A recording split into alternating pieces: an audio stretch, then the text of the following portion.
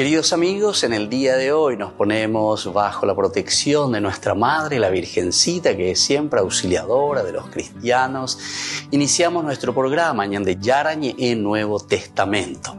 Imploramos siempre la protección de Dios, la fuerza del Espíritu que mueve nuestra inteligencia, que mueve también nuestro conocimiento, podamos entender qué el Señor hoy nos dice a través de su palabra. Estudiemos seriamente la palabra de Dios. Conozcamos este mensaje de salvación.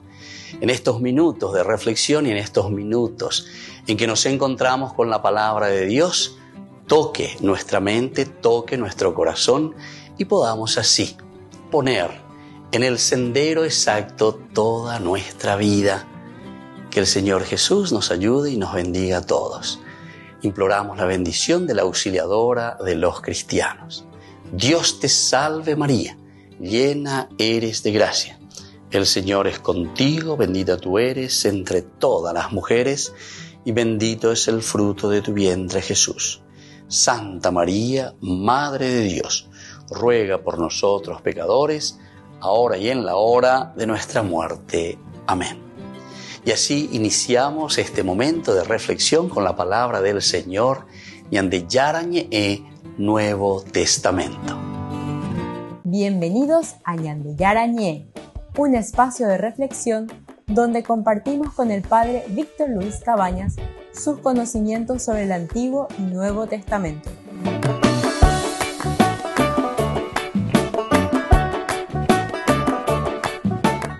Comercial San Cayetano patrocina este espacio de evangelización.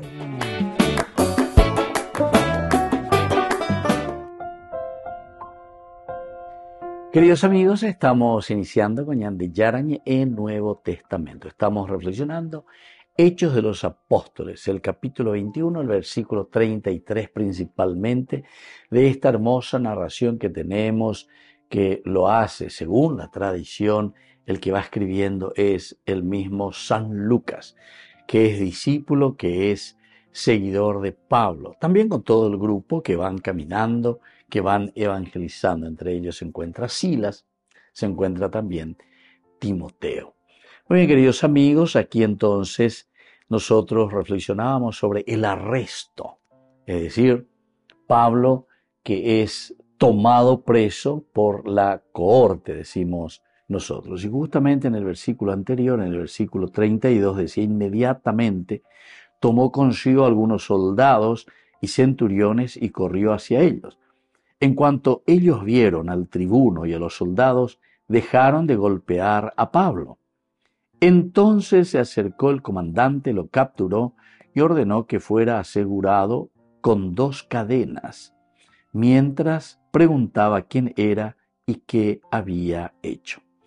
Esta es entonces la escena en que la cohorte, es decir, los soldados, se acercan. Nosotros habíamos hablado y habíamos presentado ya en Curiayepa que estaba la famosa Torre Antonia y desde ahí toda una guarnición de soldados que custodiaban justamente y miraban lo que sucedía desde arriba en el templo, en el patio, la relación que estaba existiendo. Claro, que aquí se alborotó, en el versículo 30 decía que se alborotó la ciudad entera y la gente llegó corriendo de todas partes, se apoderaron de Pablo, lo arrastraron fuera del templo y cerraron las puertas. Mientras buscaban matarlo, le informaron al tribuno de la cohorte: toda Jerusalén está alborotada. Inmediatamente tomó consigo algunos soldados y centuriones y corrió hacia ellos. En cuanto ellos vieron al tribuno y a los soldados, dejaron de golpear a Pablo. Entonces se acercó el comandante, lo capturó y ordenó que fuera asegurado con 2 cadenas, mientras preguntaba quién era y qué había hecho. Esta es la narración y esto es lo que está sucediendo aquí. Ciertamente que nosotros sabemos que a Pablo no lo pueden ni ver ahí los judíos. ¿Y por qué? Y porque Pablo tiene esa mentalidad muy abierta, tiene una mentalidad de anunciar y de decir que Jesucristo es universal. Recordemos que la característica paulina, de la teología paulina, siendo de la escuela de Gilel a través de Gamaliel, que Pablo había recibido esta formación, él entiende que Jesús es para todos, es para todos. Jesús viene para la humanidad, no viene simplemente para un grupito. Está bien que sea Mesías, pero el mesianismo no se refiere simplemente a una liberación del pueblo de Israel. El mesianismo de Jesús no se refiere simplemente a un poder político, a una expulsión de los romanos de Israel, sino que sobre todo Pablo lo entiende como una liberación de la persona, lo entiende como la liberación con la gracia de Dios que llega a través de Jesucristo. Apelando porque Pablo desde ahí viene con sus consecuencias, muchas cosas que Pablo dice que simplemente pertenecen a leyes muy humanas. Importante en este caso la liberación del hombre, la liberación de la persona. Es decir, los fanáticos judíos no están aceptando la situación que propone o la propuesta que propone San Pablo. Y así entonces comienza la división y comienzan las situaciones de tensión. Y pues una veña de ellas es ¿verdad? Cuando Pablo llega hasta Santiago y los ancianos de Jerusalén,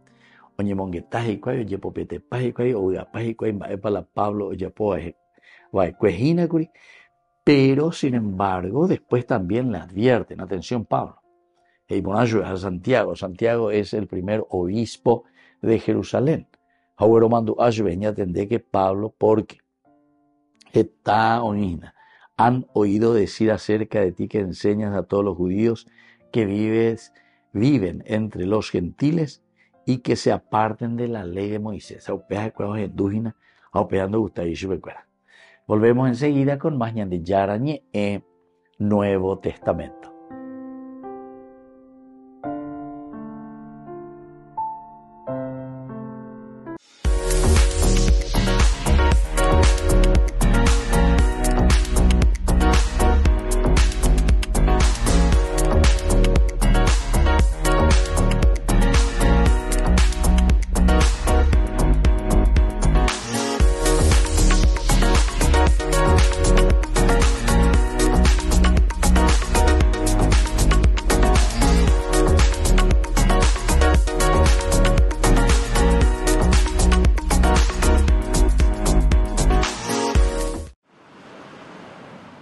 El Día de la Asunción se lleva celebrando desde los primeros siglos del cristianismo y aunque es así, oficialmente esta solemnidad tiene poco más de 70 años. Tiene lugar cada 15 de agosto. Podemos decir que ya en siglos anteriores, me refiero por ejemplo a la época medieval, la fiesta de la Asunción de la Santísima Virgen María ya existía, es decir, no solo nació cuando Pío XII, el 1 de noviembre de 1950, definió el dogma. Un dogma es una verdad de fe definida, debe mostrarse en la revelación divina y tiene que haber sido transmitida en la tradición de la Iglesia, es decir, desde los primeros siglos.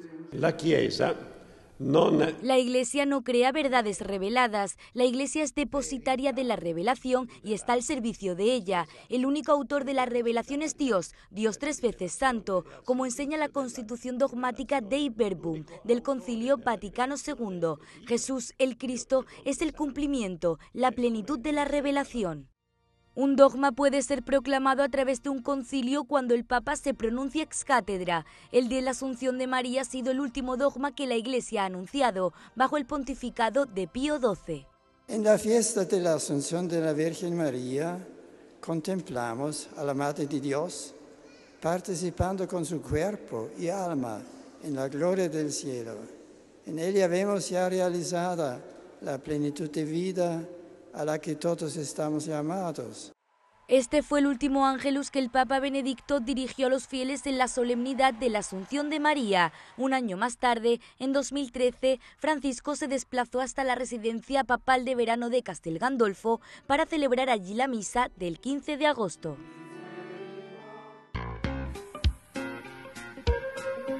En la ciudad de Luque, La economía se llama Supermercado San Cayetano. Compruebe sus precios bajos en productos cárnicos de primera calidad. Panificados, verduras, vegetales, frutas, artículos de bazar, ferretería, ropería. Supermercado San Cayetano. Humaitá 168, casi Capitán Vado, Ciudad de Luque.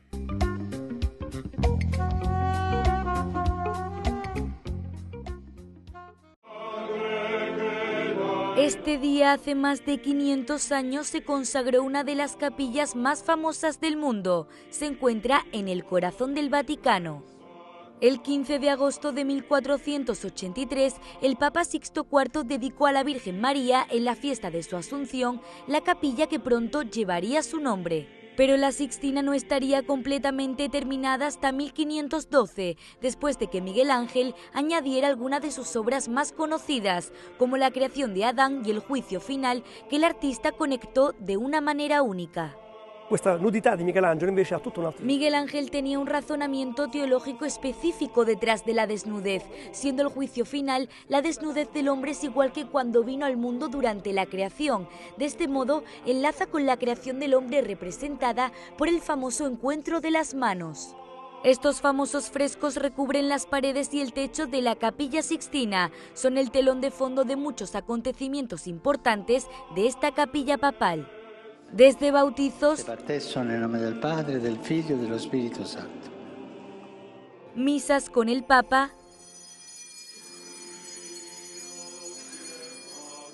hasta servir como lugar donde los cardenales de todo el mundo se reúnen para elegir a un nuevo pontífice. Y en el centro está la pieza del juicio final, donde María ocupa un lugar especial. Este es un claro recordatorio de sus vínculos con la Capilla Sixtina, que se remontan a su dedicación el 15 de agosto de 1483.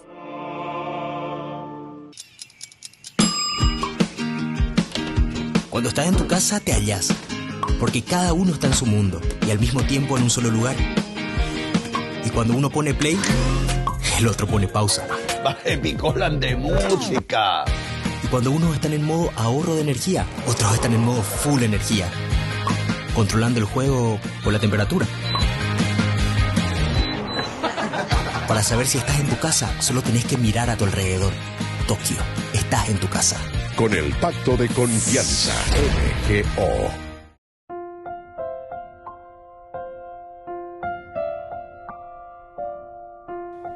Queridos amigos, seguimos con Ñande Yarañe en Nuevo Testamento. Reflexionamos hoy sobre este versículo 33 de Hechos de los Apóstoles, capítulo 21. El versículo se refiere ya directamente a la presencia del comandante de la cohorte que se encontraban en la Torre Antonia. Es decir, todos estos lugares son interesantes que hasta ahora nosotros podemos visitar. Hasta ahora nosotros podemos ir hasta ese lugar, por lo menos en el aspecto arqueológico. Ciertamente que con otras funciones actualmente. Ya no funciona más como funcionaba en aquel tiempo. Porque la historia, más de 2000 años, hizo que en esta tierra también cambiase tanto. Muchísimas cosas, como decimos nosotros, mucha agua pasó bajo el puente en estos 2000 años. Pero con ITBB o por lo menos como estructura, los elementos esenciales de lo que era aquella Torre Antonia y de lo que era también el patio allí, de lo que era el templo de Jerusalén.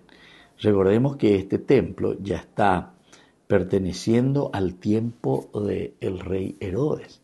El rey Herodes el Grande, y este es el que verdaderamente renovó y hizo un templo, pero así de la magnitud que nosotros podemos ver cómo fue y que quedaron los perímetros, etcétera, etcétera, y todo lo que se fueron utilizando. Incluso desde el lado oeste, donde se encuentra el famoso muro del lamento, UPPP y Quieren llevar, porque esa es una partecita nomás de todo lo que era la parte del muro del templo, del patio en realidad, porque andas ahí el muro del templo. Ese es el muro, la muralla, que en diferentes tiempos se fueron levantando. Pepe Oire ya está enseguida, por lo menos hay 3 o 4 periodos que uno puede encontrar ahí. Pero era justamente para defensa, porque como eso era como un parapeto, ¿verdad? De toda la parte de la pequeña montaña. Apeago rellena acá, Herodes. Por eso es que queda una cosa inmensa, como una plaza inmensa, la parte de arriba. O pues tal ya te lleva. Apea por no quedó a la yandego ya mi murallón yande ya eso ya puede ver. Solamente que ahí en aquel tiempo Herodes se ven esas piedras impresionantes. Entonces yo les estaba diciendo que entrando hay también a la mano izquierda, cerca del muro, ¿verdad? Continuando por el costado, por dentro, por abajo, en forma de estudio arqueológico. Ahora es un museo. En tiempo de Herodes, que se había puesto para la construcción de este muro. Haría otras épocas, o ya pues, pero es una cosa impresionante, una cosa muy linda. Bueno, todo esto es lo que nosotros encontramos ahí, todo es lo que nosotros podemos mirar y ver hoy actualmente también desde la arqueología. Pero nosotros estábamos mirando lo que sucede allí adentro, es decir, en el patio. A Pablo, o sea, un fanatismo tremendo. Diga tú y te voy a llevar la ojenduy la pablorera. Por eso desde el inicio que Pablo venía hacia Jerusalén, todo lo que se encontraban con él también le advertían y le decían, en Yangareco, que Pablo, la situación de ahí por la página, nendiese amigo, porque a Pepe de Yuhui, a Pepe cualquier cosa, yo puedo ir. Y justamente ahora estamos en la realización de lo que esos profetas, ellos le llaman, ustedes le estaban diciendo. Porque se sabía, ¿verdad?, cuál era la actuación de Pablo. Entre los eteos o hindúes y cuaji, ese va Pablo, lleva o mozarambiejo y cualquier venían de Yarañe, que libera al hombre, libera a la persona, le ayuda entonces al hombre a ser diferente, entendiendo cuál es el verdadero cumplimiento de lo que Dios estaba proponiendo. Y bueno, así entonces nos encontramos aquí. Dice que toda la ciudad de Jerusalén se había alborotado. Y por lo tanto, cuando le agarran a Pablo y comienzan a golpearlo, entonces dice que se le avisó al tribuno de esa compañía que estaba ahí en la Torre Antonia. Entonces enseguida reacciona y ve, volvemos enseguida con más de Yarañe en Nuevo Testamento.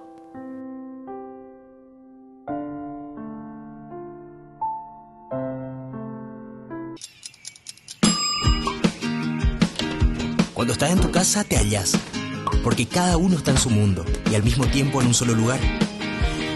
Y cuando uno pone play, el otro pone pausa. Baje picolan de música. Y cuando unos están en modo ahorro de energía, otros están en modo full energía, controlando el juego por la temperatura. Para saber si estás en tu casa, solo tenés que mirar a tu alrededor. Tokio, estás en tu casa. Con el Pacto de Confianza, MGO.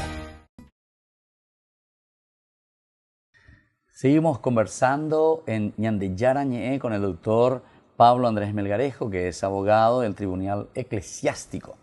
Principalmente, él está trabajando en este tribunal para acompañar la nulidad matrimonial.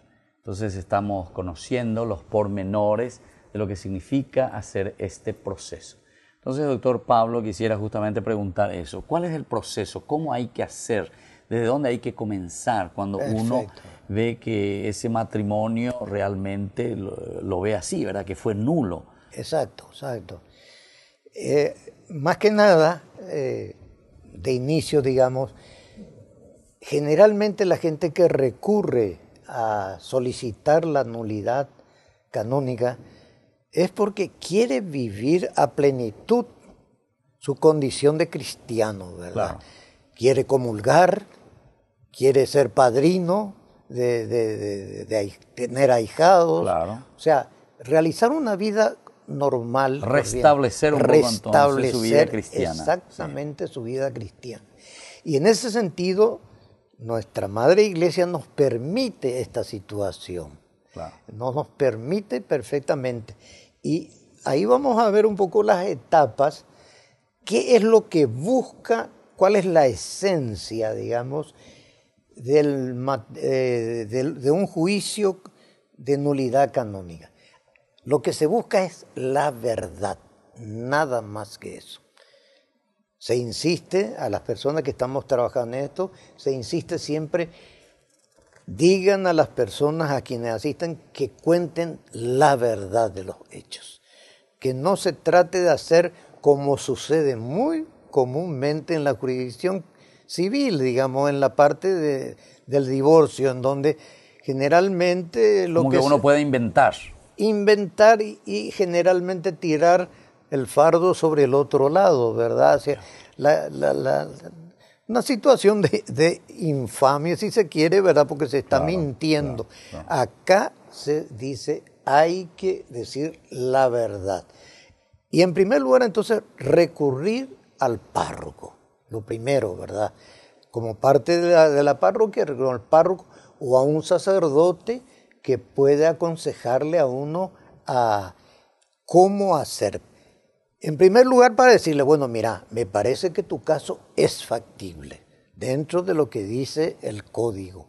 Es posible y entonces, por supuesto, como yo suelo decirle también a la gente, vamos a pedir a Dios, dador de todo bien, que Él va a querer que esto sea así, ¿verdad? Claro. ¿Por qué? Porque Dios va a querer que ese cristiano que quiere retornar a plenitud, pues entonces que consiga, claro, con la rehacer ayuda, un poco rehacer su vida cristiana.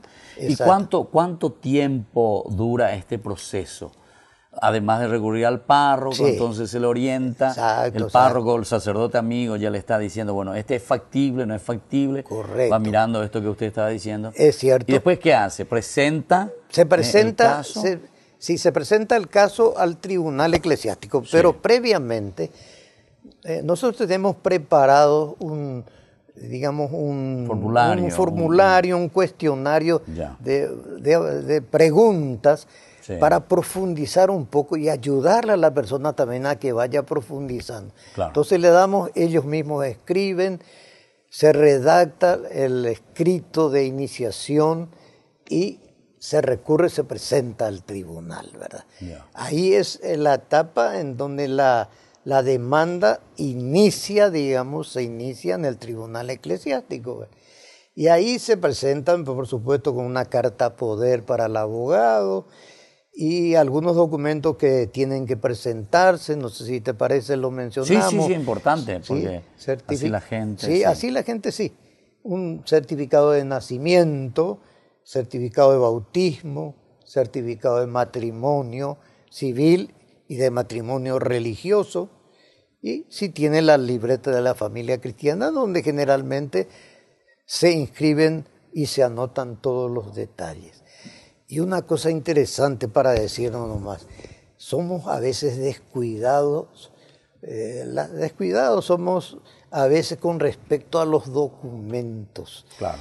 Impresionante cómo hay gente que no sabe, por supuesto, ni tiene documento de su certificado de nacimiento, ni de bautismo, y eso se crea todo un problema, que hay una persona ahí que es muy formidable en la curia, en el arzobispado, que hace de notario y que tiene que procurar conseguir eso. Eso demora en demasía, aparte cuando se trata del interior ni qué decir, ¿verdad? Entonces es importante nomás como consecuencia de esta charla eso, que uno... Pero por eso es tan importante que nuestra gente sepa, ¿verdad? Entonces claro, ya sabe que estos requisitos son muy importantes, ¿verdad? Para tener todo. Así mismo. Importante después incluso vamos a ir poniendo nosotros en la pantalla, ¿verdad? Para decir, ¿verdad? estas cosas, la gente que aprenda, que sepa. Así mismo es, sí. Y después, ¿cuánto tiempo dura? ¿Qué es lo que se va haciendo? ¿Se presenta al tribunal? Últimamente, un abogado que acompaña, después evalúa y después hay algo breve, algo largo. Últimamente, padre, estamos bastante, digamos, contentos porque está durando menos tiempo que unos años atrás. Entiendo. Un año más o menos ya se puede tener. Eso es un tiempo que se puede perfectamente, porque después de la presentación, digamos, del escrito, sacan un decreto, que el decreto, le llaman decreto, así como en el juicio civil existen, por ejemplo, los autos interlocutorios, la sentencia, un decreto por el cual se acepta la demanda de fulano contra fulana, se acepta al abogado, etcétera. Se notifica a las partes, se notifica, todas las actuaciones se notifican. Y acá quiero decir algo muy importante. En una charla que di una vez, un hombre que parecía un poquito tomado me gritó del fondo: esos son disparates y al final termina todo tema de dinero. Le dije: no es cierto. Realmente el tribunal eclesiástico es un tribunal serio, compuesto generalmente por 3 sacerdotes especializados en derecho canónico, generalmente, y con todos los elementos. Está el defensor del vínculo, que es también un sacerdote también especializado en derecho canónico, que es el que trata de decir: no, ustedes quieren nulidad, pero ese vínculo era perfecto. Ese defiende, ¿verdad? Claro, y entonces es la contraparte, como sería el fiscal en el derecho ordinario, digamos. Claro. Después viene la duda. Ahí viene la fórmula de duda. ¿Qué es la fórmula de duda? Es la fórmula dentro del Código de Derecho Canónico por el cual se plantea la nulidad. Claro. Entonces ahí se dice, bueno, se hace la fórmula de duda, después de eso viene ya la parte instructoria, aparecen ya la declaración de las partes. ¿Y qué pasa si no quiere concurrir una de las partes? Paciencia, no se le puede obligar. Claro. Pero se le notifica aún así. Por lo menos sabe, todas las partes se le notifica. ¿Y eso no hace que se atrase un poco más el proceso? Y probablemente sí, un poco, sí. Claro. Es distinto. Y si los dos más o menos se dan cuenta y entonces presentan en toda esa narración que usted estaba diciendo, ¿eso puede apresurar o...? Y tal vez, no sé si apresurar, pero sí, el Código de Derecho Canónico establece 2 formas de juicio. Ya. Uno, el juicio ordinario, que es el más largo. Ya. Y hay un juicio breve antes, ya, que se presenta cuando las causas son muy visibles, digamos, y puede ser fácilmente comprendida por los juzgadores. Claro. Y cuando la pareja presentan de común acuerdo, pero no poniéndose de acuerdo para burlar la verdad de los hechos, ¿verdad? Claro. Entonces ahí está la cuestión. Claro. Y esa es sí. Después ya viene la parte, si hay estudios psicológicos que realizar. Claro. Los alegatos. ¿Y eso tienen todo ahí también, los estudios psicológicos? ¿Tienen el personal? No, hay personal de afuera. Más de afuera. Pero que apoya, el tribunal, también personal que ha sido juzgado, evaluado por el personal, por el arzobispado. Y el tribunal designa a esas personas para juzgar la situación, para entender en la situación psicológica o psiquiátrica de esa persona. Y ahora, y cuando hay hechos que son contundentes, digamos, de lo que usted estaba leyendo aquí, ¿el proceso igual es largo o es más breve? Puede ser más breve. Más breve, o sea, porque son contundentes, claro, o sea, no hay mucho que decir, por decirlo así. Exacto, no hay mucho que discutir, claro, digamos, exacto. Claro. Sí, porque la idea es, y como digo, últimamente se está abreviando y eso también facilita a la gente. Claro, claro. Y es notable una cuestión que como elemento final querría, bueno, final de mi parte no, mencionar, hay personas que es notable, se vuelven con el tiempo como parte de un familiar del abogado cuando consiguió. Claro. Hay una relación muy cercana. Muy cercana. Bueno, porque es un acompañamiento, es un acompañamiento pastoral. Realmente. Claro que sí. Porque ante situaciones en que encontramos que verdaderamente fue un sacramento nulo, y bueno, uno se libera verdaderamente de ciertas situaciones que se da cuenta que es insostenible, ¿verdad? Así es. Hay una persona en Ciudad del Este a quien hace poco salió su sentencia, ¿verdad? Porque cómo usa el juzgador, dice, consta el canon número tal. Claro. Eso quiere decir que eso fue probado. Claro. O no consta si no consta. Ya. A este hombre le salió le comuniqué y está tan feliz que ahora está preparando su matrimonio religioso en Ciudad del Este.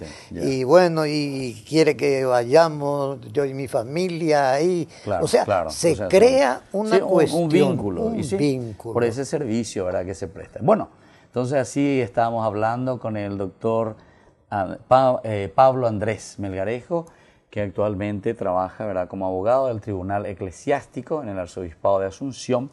Él es especialista en Derecho Canónico. Pero el mensaje principal que nosotros al comunicar y al hablar sobre la nulidad matrimonial es lo que él mismo había dicho. Siempre se busca la verdad, siempre se demuestra que ese matrimonio no existió y sobre todo porque esto es un acompañamiento pastoral. Así. Donde se pueda rehacer ese vínculo de nuevo dentro de la comunidad cristiana, donde el que se siente afectado vuelve a recuperar, ¿verdad?, ese encuentro personal con su propia comunidad, que es la iglesia, con Dios principalmente, y desde ahí entonces hacer un camino a la que todos estamos llamados, que es el camino de la santidad, a pesar de las dificultades o a pesar de los problemas que podemos tener. Muy bien, muchísimas gracias, doctor, y que Dios le bendiga. Gracias, amén, Pai. Gracias por todo y gracias por la invitación. Queridos amigos de Ñande Yarañe, les saludo a todos ustedes y quisiera pedirles que estén muy atentos a algunas cuentas y perfiles falsos que están apareciendo con el nombre del padre Víctor Luis Cabañas y también de Ñande Yarañe. Estas personas lo que están queriendo hacer es estafar a través de nuestros perfiles porque piden luego dinero. Entonces estén muy atentos. Nosotros tenemos nuestras cuentas oficiales y tenemos también nuestros números oficiales. Y queremos que ante cualquier duda llamen a estos números telefónicos de la Fundación Ñande Yarañe o también el mío privado que siempre está allí apareciendo a través de los medios de comunicación y a través de las redes también. Les agradezco infinitamente todo su apoyo.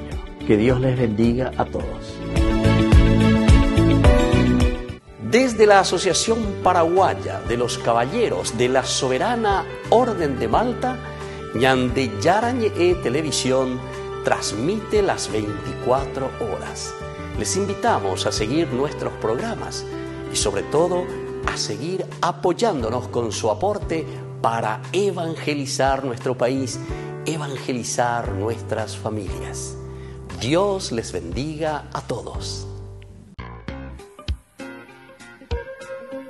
En la ciudad de Luque, la economía se llama Supermercado San Cayetano. Compruebe sus precios bajos en productos cárnicos de primera calidad. Panificados, verduras, vegetales, frutas, artículos de bazar, ferretería, ropería. Supermercado San Cayetano. Humaitá 168, Casi Capitán Vado, Ciudad de Luque.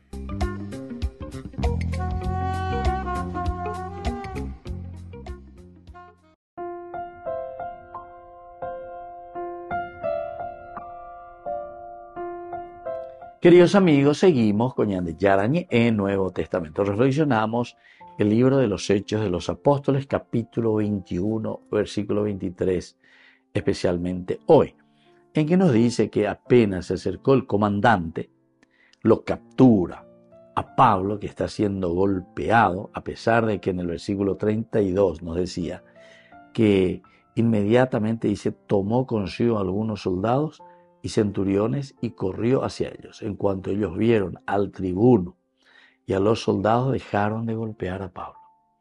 Upeañan de ya esa moe curia lleva o esa y cuál la ula comandante bebe la soldado atiran enseguida oñe moe cuál firme. Pero ciertamente nosotros sabemos muy bien el accionar de los romanos era un accionar muy fuerte y era un accionar directo. Donde por ave de macaneaje. Y entonces cuando ellos llegan, ellos al ver al tribuno y a los soldados dejan de golpear a Pablo, inmediatamente hoy. Y en ese momento, versículo 33, que hoy estamos subrayando, dice que el comandante se acerca, y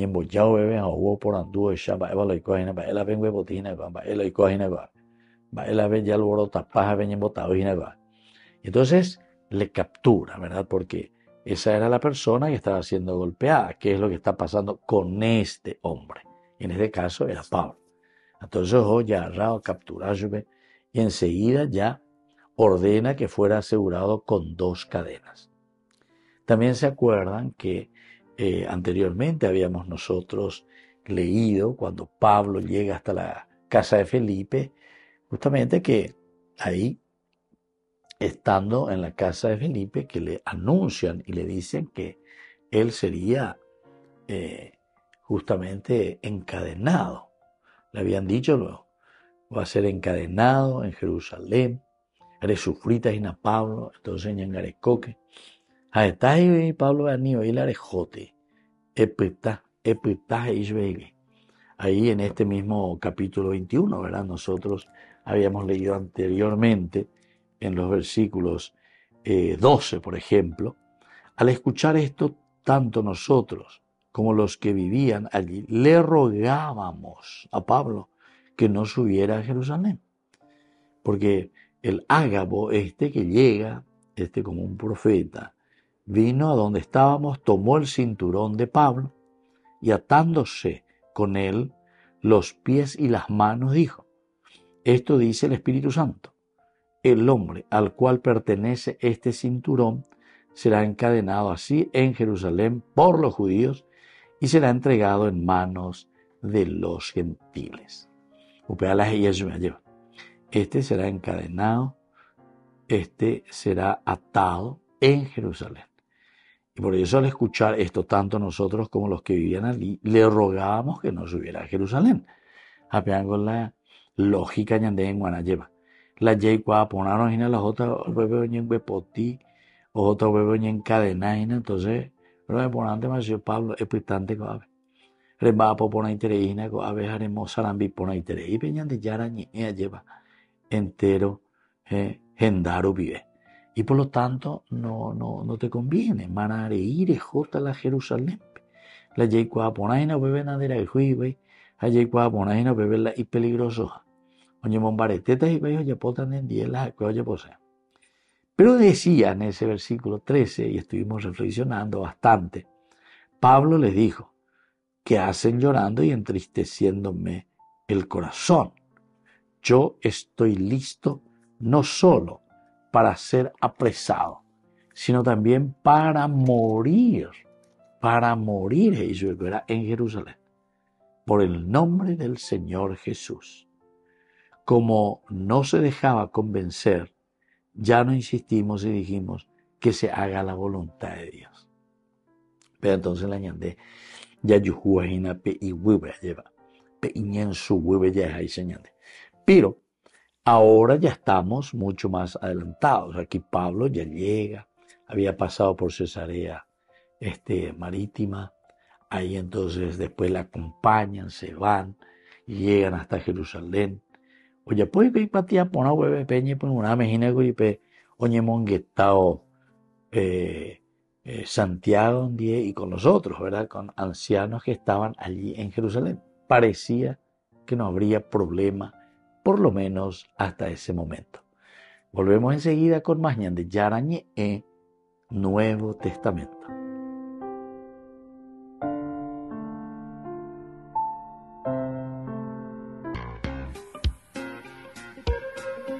En la ciudad de Luque, la economía se llama Supermercado San Cayetano. Compruebe sus precios bajos en productos cárnicos de primera calidad. Panificados, verduras, vegetales, frutas, artículos de bazar, ferretería, ropería. Supermercado San Cayetano, Humaitá 168, Casi Capitán Vado, ciudad de Luque.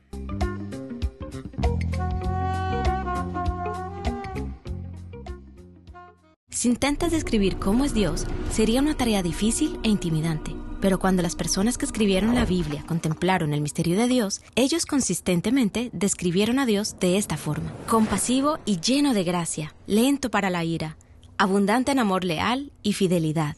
Vamos a ver esta última característica de Dios. Es la palabra hebrea emet, que puede traducirse como fidelidad o incluso como verdad. Está relacionada con otra palabra que probablemente hayas escuchado: amén, que es una expresión hebrea que significa verdad. Así que emet puede significar verdad, como también puede referirse a ideas o conceptos correctos, porque emet tiene que ver con estabilidad y confiabilidad, como cuando Moisés levantó sus manos por horas para vencer a los enemigos de Israel, los amalequitas, y sus amigos pusieron una roca debajo de él para apoyar sus brazos, de tal forma que sus manos se mantuvieran emet o estables. Cuando emet es usado para alguien, describe la estabilidad o confiabilidad de carácter. Como cuando Moisés designó líderes en Israel, debían ser personas de emet, personas que son confiables, que no tomarían soborno o pervertirían la justicia. Así que, el decir que Dios es abundante en emet no solo significa que Dios va a decir la verdad o defenderá la verdad. Significa que Dios es fiel y confiable. Es por esto que Moisés llama a Dios como una roca, diciendo que Él es fiel, justo y derecho. Está diciendo que puede confiar en que Dios va a ser consistente con su carácter. Y la palabra hebrea para confiar es de hecho la forma verbal de la palabra emet, geemin. Puede ser traducida como creer o tener fe, pero en su nivel más básico significa considerar que alguien es confiable o confiar. La primera persona que encontramos en la Biblia que considera a Dios confiable es Abraham. Dios hizo una promesa a Abraham y a su esposa Sara, de que tendrían una gran familia y de que a través de ellos todas las naciones experimentarían la bendición de Dios. Pero Abraham y Sara son muy, muy viejos y no habían podido tener hijos. Pero a pesar de estos retos, Abraham geemins a Dios. Él considera que Dios es confiable y abrirá un camino. Y Dios le muestra emet a Abraham y Sara. En tan solo 4 generaciones, sus descendientes forman toda una nación llamada Israel. Y Dios invita a Israel a una relación de confianza y fidelidad. Y cuando Dios los saca de la esclavitud de Egipto, Israel geemins a Dios. Ellos confían y dependen de Él. Pero cuando llegan a la tierra que Dios prometió a Abraham, se encuentran con ciudades gigantescas, protegidas por gigantes, y su confianza en el emet de Dios falla. Pero eventualmente conocemos a un israelita que confía en Dios en la presencia de gigantes. Este es David. Él le grita al gigante: «Tú vienes a mí con espada y lanza, pero yo vengo en el nombre del Dios de Israel». David depende consistentemente de Dios.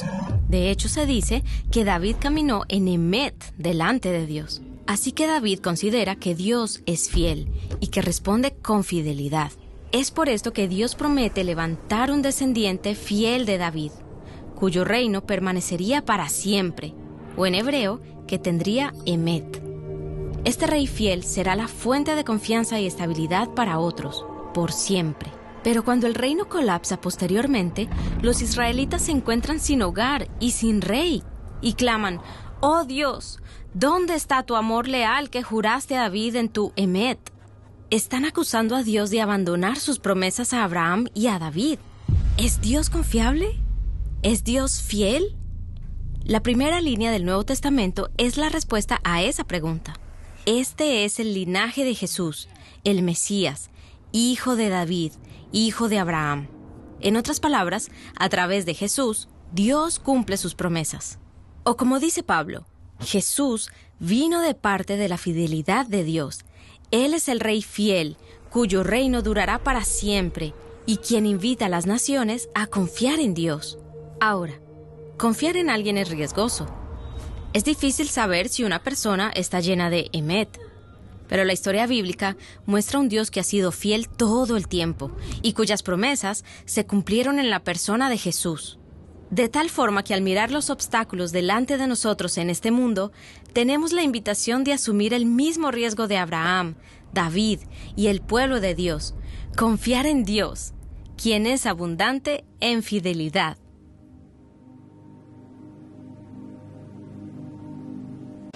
Descubrí la máxima velocidad de Internet con Fiber en Barete. Tu hogar o negocio merece la mejor tecnología. Películas, juegos, conferencias, sin interrupciones. Conecta tu hogar o empresa al futuro hoy mismo. ¿Estás listo para más libertad? Con Vox disfruta de Mishimi 2.0, con 20 gigas todos los días durante 15 días completos. Con Paco Vox. Conectado a donde vayas. Ay de mí si no evangelizara, nos dice San Pablo. Les invito a ser colaboradores, padrinos del primer canal católico del Paraguay, Ñande Yara Ñe.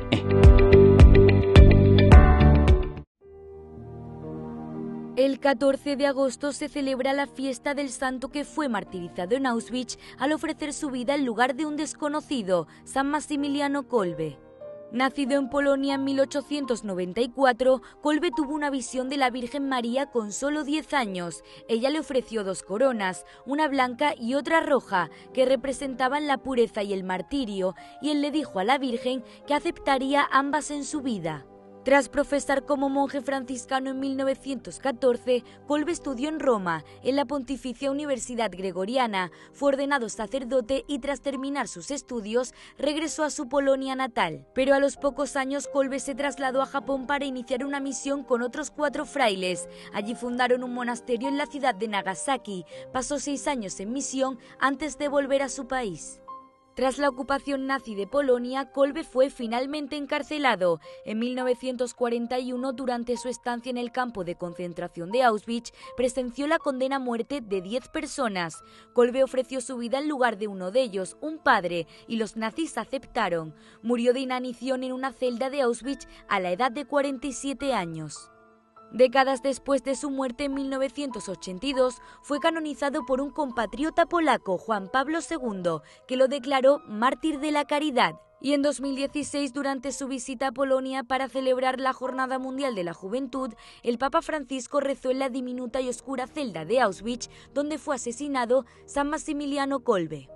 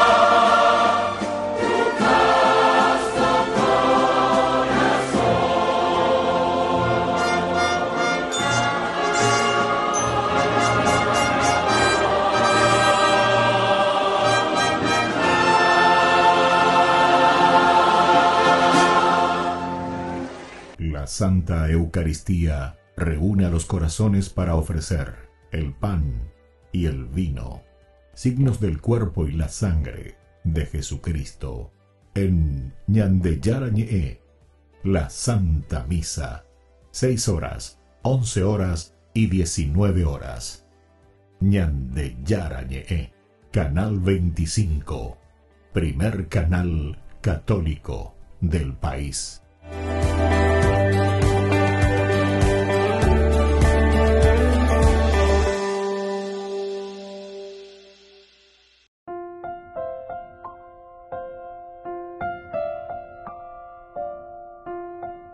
Queridos amigos, seguimos con Ñande Yarañe Nuevo Testamento y estamos con Hechos de los Apóstoles, el capítulo 21. Nosotros con estos versículos del 27 hasta el 40 podemos ver, podemos estudiar, conocer un poquitito más todo lo que está sucediendo aquí con Pablo, que había llegado ya a Jerusalén. Ciertamente que está acompañado también por el grupo, solamente que la figura central será siempre Pablo, ¿verdad? Nosotros decíamos que en el versículo 32 y luego 33 también se le avisó al tribuno de la compañía que toda la ciudad de Jerusalén había sido alborotada por esta situación de Pablo. Pablo le estaban condenando por 4 cosas que ya fuimos reflexionando. Primero, que por todas partes había hablado, dice, mal del pueblo de Israel. Y claro, ellos entienden que habla mal del pueblo de Israel. ¿Por qué? Porque ellos no están aceptando la persona de Jesucristo. Oñe en botírico es acuera senta, lleva. Acuera considera al pueblo elegido y a los otros que le coma michi, lleva. Veáis la realidad. A operar entonces no hay cuasi, hay ponda ye oñe evaí, ese cuera. Que critica también la ley de Moisés. Ese es otro problema muy serio. En realidad, Pablo lo que dice es, bueno, que el Evangelio de Jesucristo cumple totalmente y absolutamente. Por eso que encontramos en los Evangelios, porque la comunidad cristiana está muy atenta a las circunstancias y los problemas, al contexto histórico que había creado esa predicación y esa interpretación de la venida de Jesús. Entonces, por eso, en el Evangelio, no sé si ustedes recuerdan cuando dice: ustedes piensan que yo he venido a abolir la ley. Navena. Ustedes piensan. Contexto histórico, ellos decían que Pablo viene y que está diciendo que ya no hay que cumplir más nada de la ley de Moisés. Cada uno o ya pueda o ya posea. En síntesis, eso es lo que están diciendo. Y él dice: no, yo no vine a abolir la ley de Dios, sino que a darle su cumplimiento. Y ahí dice, ni una tilde, ni un punto, ni una coma, entonces, de lo que dice la ley, dejarán de cumplirse, ni cumplir veintena. Peñan de yara y agüis. Pero, moó vea, oñeme sacata, jamoó oicota vea. Y justamente a través del Mesías. Y eso es lo que está predicando Pablo. Pablo quiere dar a entender que toda esa promesa de Dios ya se ha cumplido por medio de Jesucristo. Y por lo tanto, al cumplirse por medio de Jesucristo, va a añadir a bebe yuana, a peyapola, pero como un paso elemental y fundamental en el seguimiento de Jesucristo. De gatuila ya pitantema, ya repetí ley sobre ley. Y entonces ellos ya lo toman mal, ¿verdad? Ellos vienen y dicen, no, el asunto es que él está hablando mal de la ley de Moisés. A ella es imañandenda y ella pues la Moisés iba qué. Y sin embargo, él no está diciendo eso, sino que como en Jesucristo se ha cumplido plenamente, entonces también nosotros hoy con este nuevo, el Evangelio, buena noticia, también estamos llamados a vivir y a hacer el seguimiento de Jesucristo, que como base tiene Tanakh, es decir, Torah Nevi'im Ketuvim. En ningún momento dijo que hay que pisotear eso. Bueno, estos son elementos esenciales, ¿verdad? Que después la comunidad cristiana comienza a reflexionar nuevamente. Pero omombe uñandea e iñande moogoto bajoina la problema. Va ere vagina la escuela doye jerjuila judío cuerare. Y justamente por eso. Y el otro elemento, que predica contra el templo. Supuestamente Pablo está predicando contra el templo. Y después también tenemos en el Evangelio, eso para aclarar bien. Él dijo eso cuando le condenan a Jesús: destruyan este templo que yo lo voy a reconstruir en 3 días, todas esas cosas.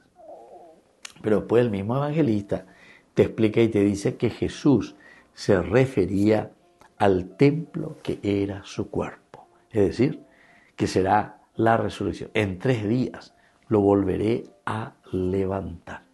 Y todos estos elementos son importantes.